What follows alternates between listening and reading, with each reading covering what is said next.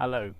Today I want to take a look at a wine which is one of the most searched for brands on the Wine Searcher website. So the brand itself, 19 Crimes, a brand of predominantly Australian but also now some American wines. This is the 2021 Shiraz from southeastern Australia, and these wines are made by Treasury Estates, a large producer, again predominantly of Australian wine, but they also have holdings in California. And this is a relatively inexpensive wine. I'd expect to see it for sale at about $10 in America, and made to be quite an accessible, easy to drink brand, and not meant to be too serious a wine. The wine sort of rather embodies some of Australia's heritage, in that the 19 crimes are supposedly to do with crimes that people could be transported from the United Kingdom to Australia for. And in fact, on the label of this is somebody called James Keeley, who was sentenced to life imprisonment and was transported to Fremantle in 1866.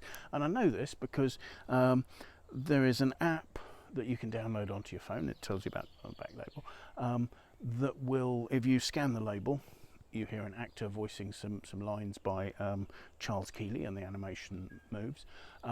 Just a couple of lines, and then you can go on. There's a website giving quite a lot of detail into what James Keeley had done.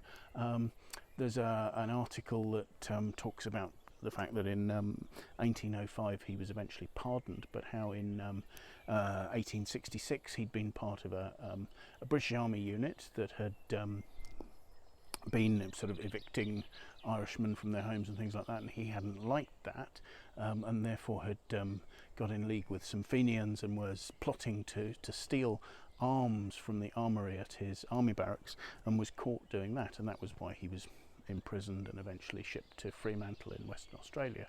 And as I say, this article says that in 1905 he was eventually pardoned. The only thing I would say with that is it's a very interesting way of communicating information about Australia's history. But part of the idea of the app is to communicate about the wine. And when I looked via the links given at the 19 Crimes website, there was actually no information about a Shiraz there at all. Other varietals were Chardonnay or Cabernet Sauvignon were mentioned, and in fact James Keeley now turns up on the label of a sparkling wine, so presumably they've stopped producing a Shiraz, or they're between vintages or something like that. But it's a shame that I couldn't find out more detail about that. What I have read about the wine is that there were two points come out. One, that the flavours sort of tend to suggest a lot of vanilla, which would indicate a wine that's either aged in new oak, or, given it this price point, it's probably been fermented with new oak in the fermenters, so there might be oak staves having been put in there to give that vanilla flavour. The other thing people mention is the fact that the wines can tend to be a little bit sweet, just to make them a bit more sort of accessible and easier to drink for people who don't like sort of harsh tannins. So let's see if the wine bears that out. Looking at the colour, there's a medium depth, it's not particularly deep, of slightly purple red colour. It's sort of purple to ruby, not vividly blue purple, but reasonably so. Smelling it, the aromas do have a vivid vanilla note to begin with, and that's quite, there's a reasonable intensity too.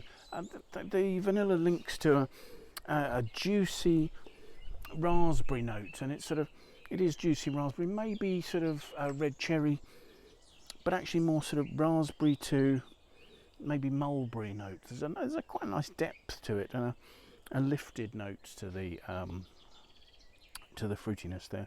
As I swirl the wine, there are some legs clinging to the glass, quite spectacularly actually. Now it says it's 14% alcohol, so that's unsurprising. That will give some weight to the wine. So let's taste it.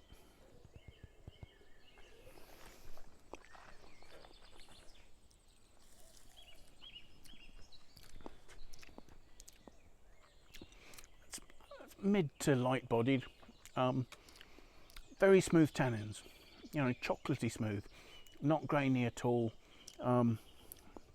There is almost a sort of a chocolatey note with vanilla, chocolate, cocoa butter, that sort of